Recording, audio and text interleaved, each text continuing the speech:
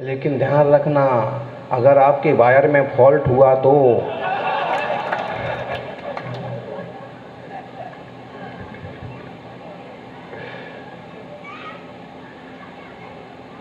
उसमें आप गुरुजी को दोष नहीं दे सकते। वो आपके वायर में कहीं ना कहीं फॉल्ट रह गया है। वहां एनर्जी है, ऊर्जा है, संग्रहित है।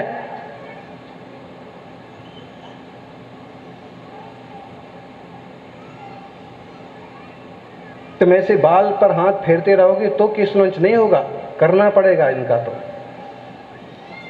अच्छे से करो। हैं, धन्य है छोटी सी वय के छुल्लक जी और मुनिराज के सलंच कर रहे हैं। इसमें भी ऊर्जा काम करती है, एनर्जी काम करती है। आप 4 बाल निकाल के देखो, आपकी हवा निकल जाएगी। मुनियों का मार्ग सचमुच का कठिन का और तपस्या का मार्ग है। पद विहार, किस लॉन्च, एक बार ही आहारचर्या 24 घंटे में, गर्मी के दिनों में भी।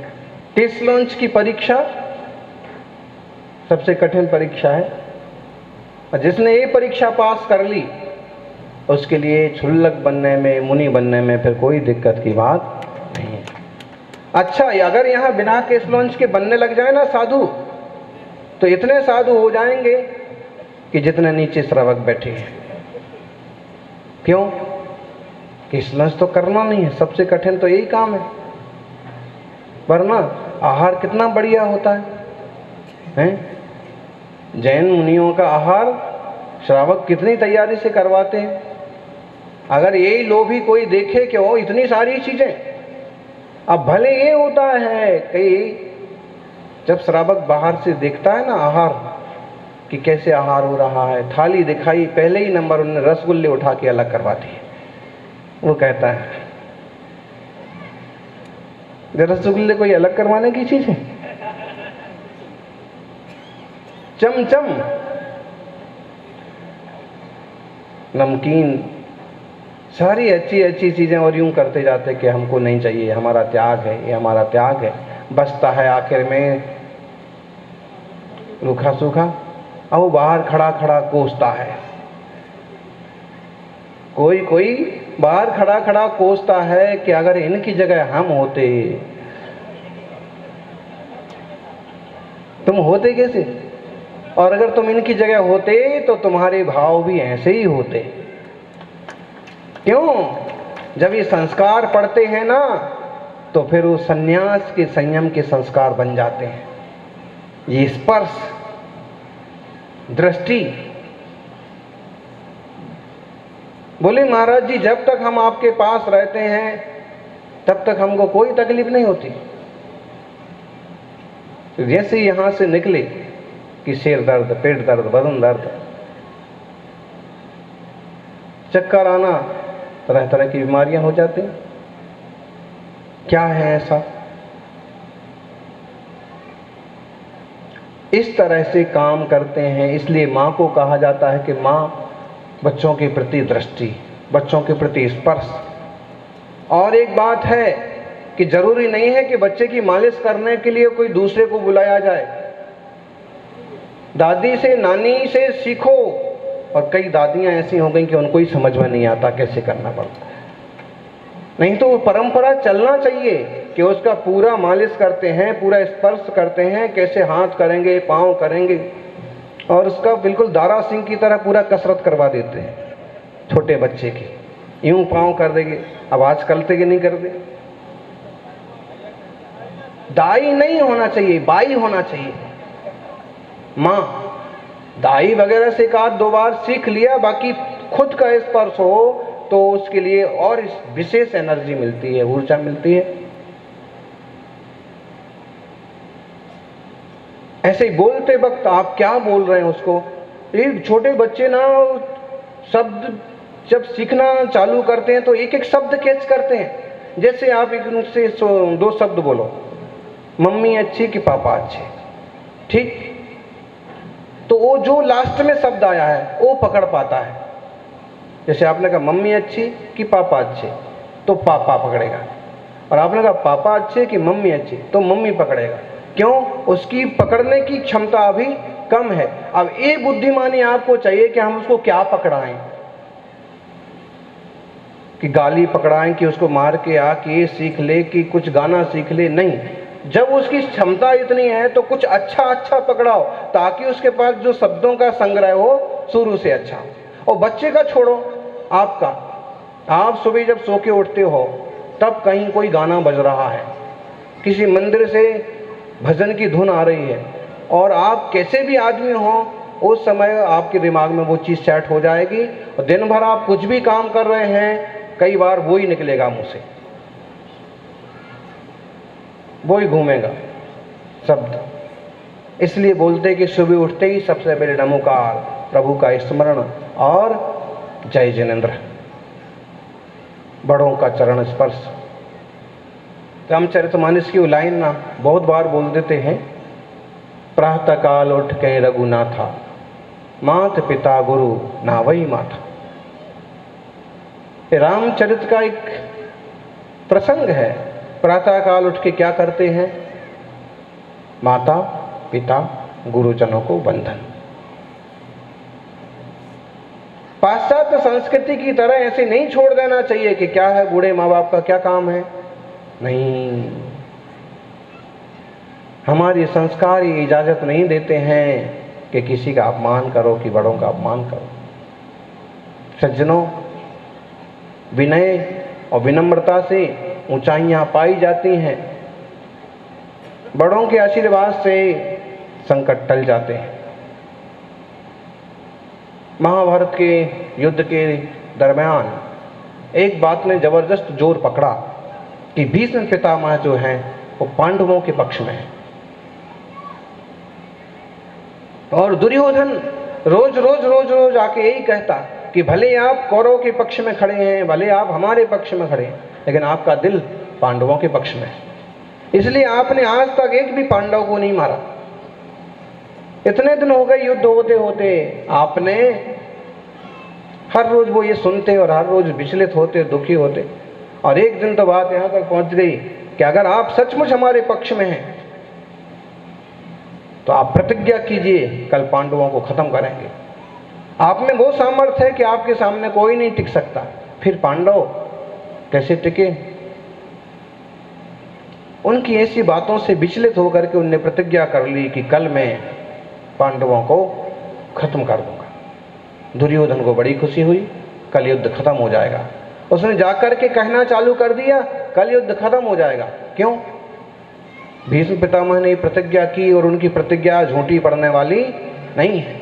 ये प्रतिज्ञा, ये बात पूरे युद्ध शिविर में घूमती हुई पहुंच गई पांडवों के पास, द्रौपदी के पास। द्रौपदी ने जैसे ही सुना तो उसको बहुत जोर का झटका लगा। भीष्म पितामह शक्तिशाली हैं, बड़े हैं, बुजुर्ग हैं, पूज्य हैं, और जो प्रतिज्ञा करेंगे वो पूरा कर लेंगे। ऐसे में मैं तो विधवा हो जाऊंगी। कृष्ण उनके भाई थे, भाई के माने हुए भाई, और सारी बात कृष्ण को बताई। कृष्ण ने कहा तुम बिल्कुल मत घबरा। द्रौपदी ने कहा कि सिर पर इतना बड़ा उपद्रव आया है और आप कहते हो बिल्कुल मत घबरा। भीष्म पितामह की प्रतिज्ञा झूठी होने वाली है क्या? उन्होंने कहा नहीं, वो कुछ नहीं होगा। तो इसका मतलब है कि मेरे भाग्य में सौभाग्य नहीं लिखा। नहीं नहीं, ऐसा भी नहीं। तो फिर रास्ता क्या है? उन्होंने कहा कि रास्ता है, चलो मेरे साथ।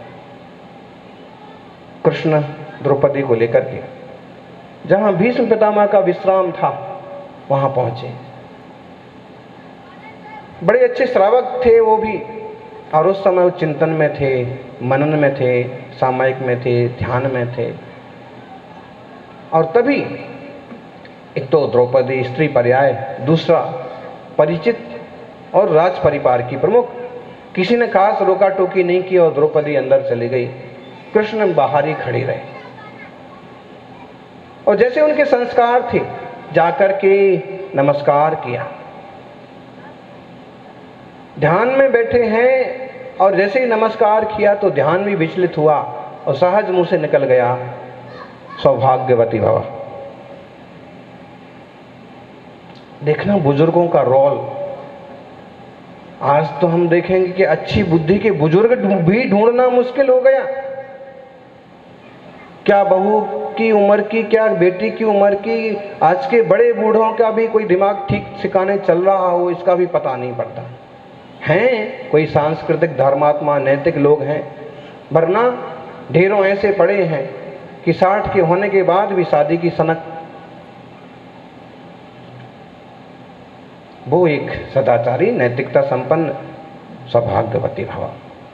ये तो समझ में आया है कि कोई महिला आई है, कोई बहू आई है, और सौभाग्यवती भव बोल दिया।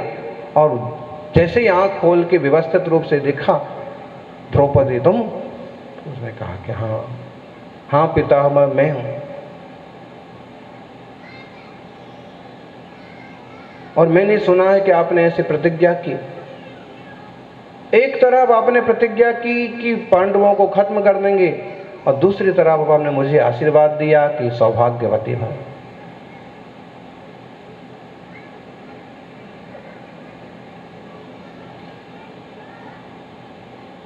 मैंने कहा बहुत गड़बड़ हुआ, ये जरूर तुमको किसी ने बताया है। तभी कृष्ण आ गए, तभी कृष्ण आ गए। तो फिर उन्होंने कहा कि हे कृष्ण, तुमने ऐसा क्यों किया? वहां उनके लिए मैंने वरदान दे दिया और यहाँ तुमने इसे भेज करके इसे वरदान दिला दिया। अब मैं दुविधा में हूं, कोई रास्ता सुझाओ। उन्होंने कहा कि आप पूज्य हैं, बड़े हैं, आप सब रास्ते जानते हैं, आप जो रास्ता सुझाएंगे वो हम सबके लिए स्वीकार है।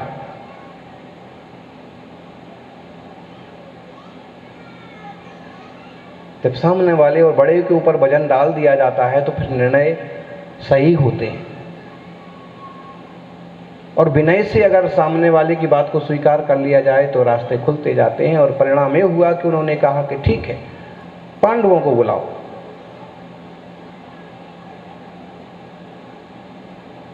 और मुझे वचन दो पांडव, कल युद्ध के मैदान में उतरते ही अर्जुन तुम मुझे खत्म कर दोगे। अर्जुन ने कहा कि कैसे हो सकता, पहले आप बड़े पूज्य, हमारे हृदय में बसने वाले, ऐसे में हम बाण कैसे चला सकते? चलाना होगा, और नहीं तो मेरी प्रतिज्ञा है, मैं चलाता हूं बाण तो मेरा आशीर्वाद खंडित होता है।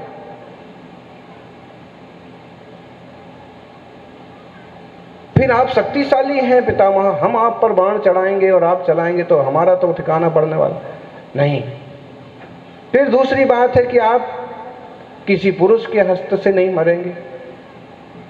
फिर उनने उपाय बताया, एक व्यक्ति तुम्हारी सेना में ऐसा भी है जिसे सामने रख करके बाण चला सकते हो। मतलब शिखंडी, मतलब है कि वो विनम्रता, वो प्रणाम, वो इतना शक्तिशाली हुआ कि उनने अपनी मौत को स्वीकार करना ठीक समझा, लेकिन आशीर्वाद को खंडित करना ठीक नहीं समझा। संस्कार बड़ों के प्रति, अपनों के प्रति, बुजुर्गों के प्रति, देव सहज गुरु के प्रति। और तब अर्जुन के बाण से छलनी हो गए। समाधि सैया पर पहुंच गए।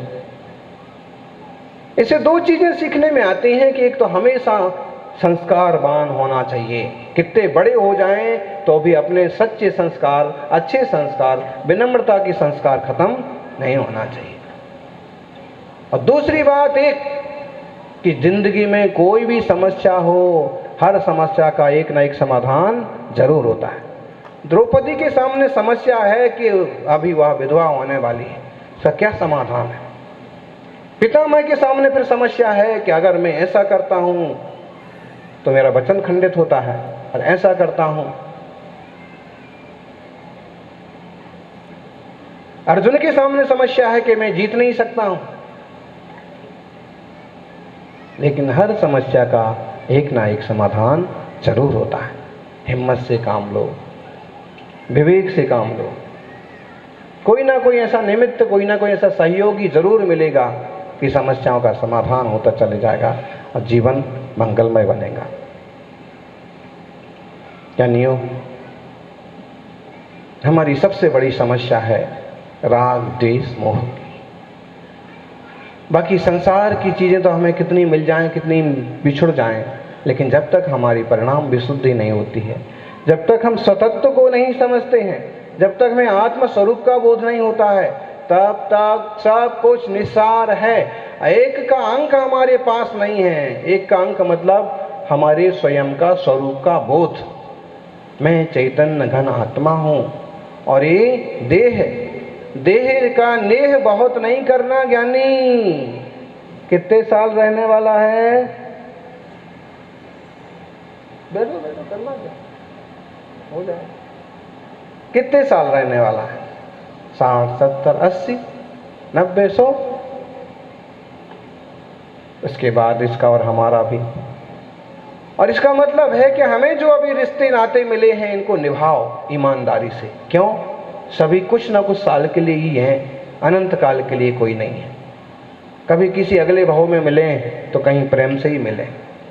और दूसरी बात, देह से भी इतना मोह मत करो, क्योंकि आखिर ये भी, इससे भी हमारा एक दूर का ही रिश्ता है, यहीं का यहीं रहेगा ज्ञानी।